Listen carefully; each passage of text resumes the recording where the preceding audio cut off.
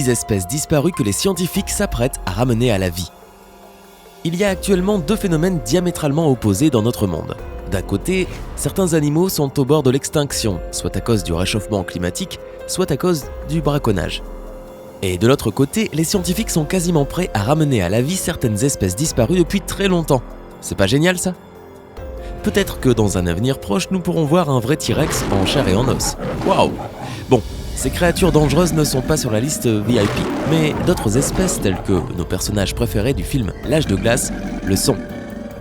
Avant de découvrir quels animaux les scientifiques veulent vraiment ressusciter, pense à t'inscrire à notre chaîne sympa. Nous avons des tonnes de vidéos qui sortent tous les jours. Alors, n'oublie pas d'activer cette petite cloche pour activer les notifications. Au lieu d'utiliser le terme controversé de clonage, les scientifiques préfèrent désormais parler de désextinction. Mais on est d'accord, l'idée est la même. Un animal mort il y a des milliers d'années ne peut être ramené à la vie que s'il est cloné. Et c'est justement là que réside le problème. Pour réussir un clonage, les scientifiques ont besoin d'ADN quasiment intact. C'est pourquoi certaines espèces sont plus susceptibles d'être ressuscitées que d'autres. C'est pourquoi les animaux disparus il n'y a pas si longtemps sont les meilleurs candidats à la désextinction. Ce peut être des spécimens conservés dans des musées ou dans le pergélisol qui s'est formé au cours de la dernière ère glaciaire. Et c'est justement pour ça que les dinosaures ne réapparaîtront pas de sitôt. Ils ont disparu bien avant, mais les animaux suivants ont toutes leurs chances de fouler à nouveau les plaines de notre belle planète. Numéro 10, le mammouth laineux. Bien que la plupart des mammouths se soient éteints il y a environ 10 000 ans, une population d'environ 500 à 1000 individus vivait encore sur l'île Wrangel en Russie 1650 ans avant notre ère. Le mammouth laineux faisait à peu près la taille d'un éléphant d'Afrique. Chaque individu mesurait environ 3,50 m au garrot et pesait pas moins de 6 tonnes. Leur fourrure très épaisse et leurs petites oreilles ont aidé ces éléphants laineux à survivre à des conditions hostiles en les protégeant du froid et des engelures. De nombreux spécimens ont été découverts congelés dans la toundra arctique. Il semble donc tout à fait possible d'utiliser leur ADN pour les faire renaître. Les chercheurs de l'université d'Harvard prévoient de créer un embryon qui serait un hybride entre un éléphant d'Asie et un mammouth laineux. Cet animal a déjà reçu le surnom de Mammophant. Il ressemblera à un éléphant mais avec des oreilles plus petites, des poils hirsutes et du sang adapté au froid. Numéro 9, le tigre à dents de sabre. Ce joli chaton faisait à peu près la taille d'un lion. Le tigre à dents de sabre pesait de 100 à 250 kg et pouvait mesurer jusqu'à 4 mètres de long. Il avait généralement un cou musclé, une queue recourbée, des pattes avant puissantes et des canines en forme de poignard qui dépassaient de sa mâchoire supérieure et pouvaient mesurer jusqu'à 30 cm de long. Regarde un peu ses dents. Je ne peux m'empêcher de penser, est-ce vraiment une bonne idée de ramener cette créature à la vie ? En tout cas, ce félin est un bon candidat pour la désextinction, car il a disparu il y a seulement 11 000 ans.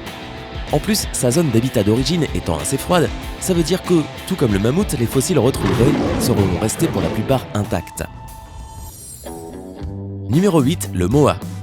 Le moa était un énorme oiseau qui ne volait pas et qui ressemblait un peu à une autruche, mais sans les ailes. Nous connaissons une dizaine d'espèces dans la famille des moas. Certains spécimens n'étaient pas plus gros qu'une dinde, alors que d'autres atteignaient plus de 3 mètres de haut, faisant de cet oiseau le plus grand qui ait jamais vécu sur notre planète. Les moas étaient chassés avec enthousiasme, il y a encore à peine 600 ans, ce qui mena leur existence à sa fin. Mais en raison d'une période d'extinction aussi récente, des restes d'œufs et de plumes peuvent encore être retrouvés aujourd'hui. En fait, de l'ADN de moa a même déjà été extrait de coquilles d'œufs découvertes. Numéro 7, le paresseux terrestre. Il suffit de jeter un coup d'œil au squelette de cette créature pour imaginer sa taille.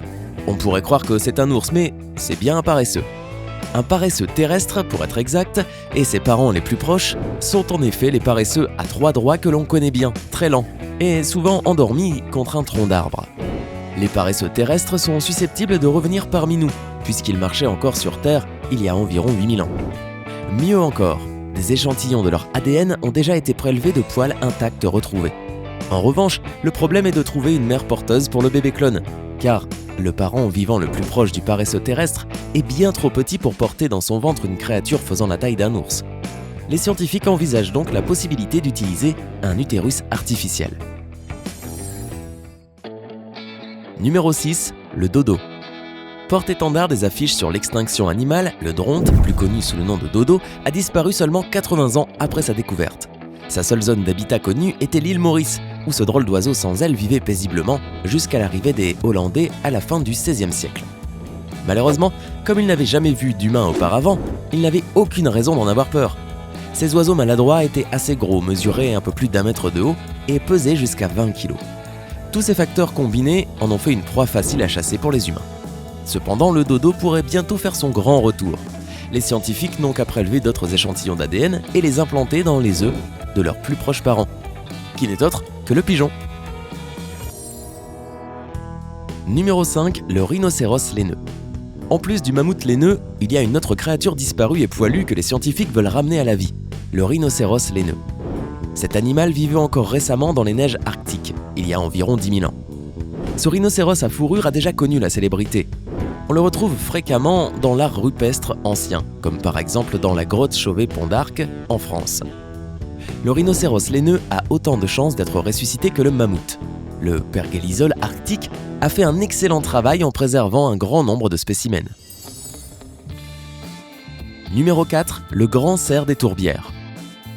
Le mégalocéros, également appelé grand cerf des tourbières, était un autre animal qui n'a pas réussi à survivre à la dernière ère glaciaire. Cette créature s'est éteinte il y a environ 12 000 ans, mais les chercheurs ont découvert en Sibérie des fossiles de mégalocéros vieux de seulement 7 à 8 000 ans. Et si tu penses que les originaux du Canada sont déjà énormes, regarde un peu ce spécimen. Il mesurait plus de 2 mètres au garrot, et ses bois pouvaient avoir une envergure de 4 mètres de large. Le grand cerf des tourbières vivait dans le Grand Nord, et des restes bien préservés ont déjà été trouvés dans le pergélisol. Si on ramène ce géant à la vie, ce sera un spectacle vraiment impressionnant à voir. Numéro 3, le dauphin de Chine. Cette pauvre créature a disparu en 2006, ce qui en fait le premier cétacé, baleine, dauphin et marsouin, à disparaître en raison de l'impact négatif direct de l'activité humaine. Il est donc évident que, puisque son extinction est très récente, il existe des tonnes d'échantillons d'ADN à portée de main qui feront de sa résurrection un succès presque garanti. Mais malheureusement, il persiste une question. Le dauphin de Chine aura-t-il un endroit où vivre si on le ressuscite ? Car ce dauphin d'eau douce vivait à l'origine dans le réseau fluvial du Yangtze et ce dernier est extrêmement pollué. Numéro 2, la licorne géante. Ne t'emballe pas trop vite, cet animal ressemblait plus à un rhinocéros qu'à un cheval magique. Au début, les scientifiques pensaient que cette créature s'était éteinte il y a 350 000 ans. Mais un crâne d'Elasmotherium, son vrai nom, découvert au Kazakhstan, a prouvé que cette espèce animale avait disparu il y a seulement 29 000 ans. C'est une très bonne nouvelle pour ceux qui rêvent de voir une vraie licorne un jour. Techniquement, c'est vraiment une licorne. Bien sûr, celle-ci est loin de celle que l'on voit dans les contes de fées, mais elle a quand même une énorme corne qui sort de son crâne. La licorne géante mesurait 4,50 mètres de long, 2 mètres de haut et pesait plus de 4 tonnes. C'est à ça que ressemble une licorne. Désolé de faire tomber le mythe. Numéro 1, homme de Néandertal. Et pour terminer, voici sans doute la plus importante et encore plus controversée des espèces sur la liste de désextinction, l'homme de Néandertal ou néandertalien. L'idée de ressusciter cette espèce suscite les plus vifs débats. La principale raison est la logistique, puisque l'espèce la plus proche est ici l'être humain. De plus, les néandertaliens sont considérés comme une sous-espèce de l'homme moderne, donc bien que ce clonage soit très instructif, il est aussi complètement contraire à l'éthique. Quoi qu'il en soit, ramener un homme de Néandertal à la vie serait la tâche la plus facile de toutes. Les scientifiques ont déjà une carte détaillée de son génome. Il ne s'agit donc pas de savoir si nous le pouvons ou non, mais plutôt si nous devrions. Que penses-tu de tout ça ? Devrions-nous ramener ces espèces disparues à la vie selon toi ? Laquelle aimerais-tu voir de tes propres yeux ? Fais-le nous savoir dans les commentaires. Si cette vidéo t'a plu, n'oublie pas de cliquer sur j'aime et pense à t'abonner à notre chaîne, tu découvriras plein d'autres trucs sympas.